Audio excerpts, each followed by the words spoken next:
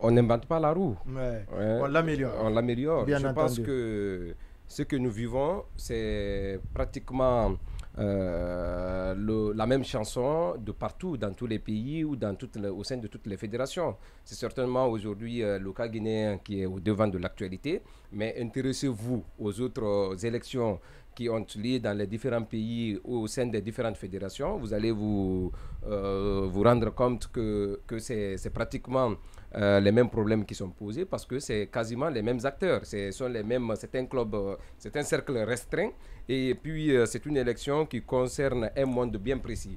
Mais qu'on ne se trompe pas, est-ce qu'aujourd'hui cette élection en vue peut être la panacée ou peut-être la solution à tous ces problèmes qu'on est en train de vivre? Je pense que avant de se poser ou de faire l'autopsie des candidats ou des listes de candidats, parce que c'est différent pour cette fois-ci. Avant, on pouvait juger les différents candidats, mais pour cette fois-ci, c'est toute une équipe. Ce sont des listes de candidatures. Il y a certainement les têtes qui peuvent nous intéresser, mais n'oublions pas que derrière cette tête, il y a aussi des noms et des personnes qui se cachent parce que ce sont des listes comme votre. Maintenant, sur la question de la crise qui assaille la Fédération guinéenne de football, je pense que avoir même la configuration actuelle du champ de notre football, on sent aisément que la crise, on ne fera que la reporter.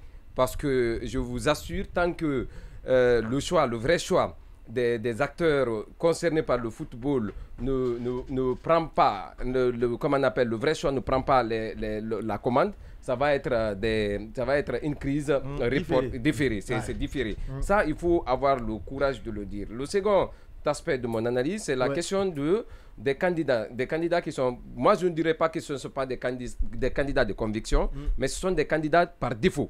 Par défaut, parce que ce sont les seconds couteaux qui ont émergé parce qu'il y avait le terrain qui était vide.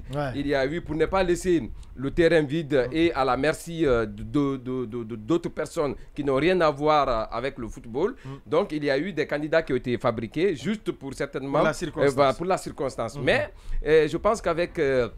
Bouba Sampil et le général Mathurin Bangoura, ce sont des grands noms aujourd'hui dans le domaine du football. Et puis quand vous voyez la liste des deux, il y a des grands noms aussi parce que vous avez d'un côté, vous avez le Orea qui est le champion de Guinée qui s'aligne derrière Bouba Sampil. Et quand on sait qu'aujourd'hui, quand on a... je parle de Afia. Afia qui s'aligne derrière Bouba Sampil. Et on sait qu'aujourd'hui, quand on veut la réussite, il faudrait soit avoir Antonio de ton côté ou avoir KPC de ton côté. Mais aujourd'hui, la vraie question, c'est d'amener l'État à s'intéresser à cette question parce que je parie que dans 3 mois, on peut retomber dans la même crise. Il y aura une crise et c'est les mêmes égos vont encore refaire surface et c'est notre football qui sera pris en otage. C'est dommage, mais c'est la règle, c'est comme ça. Donc le chemin n'est pas loin. Tracé. Non, on est parti pour revenir encore à la case départ. Ça, c'est inévitable. Un Connor est inévitable. Et je parie, on ne va pas quitter la CAN Côte d'Ivoire, la CAN Ivoire 2023 sans revenir dans des crises. Parce que c'est la guerre des tranchées. C'est un problème d'ego. C'est déjà dessiné. Chacun est dans son camp. Donc, ce n'est pas parti pour résoudre un problème. C'est parti plutôt, comme vous l'avez dit, on a différents problèmes.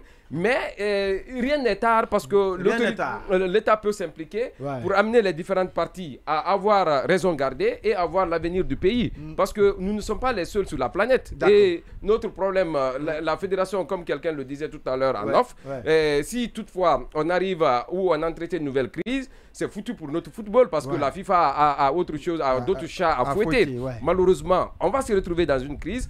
Moi, je ne juge pas de la pertinence ou de l'impertinence de tel candidat ou de telle liste. Ce que je dis, encore une fois, ce n'est pas un problème qui est réglé et on risque encore de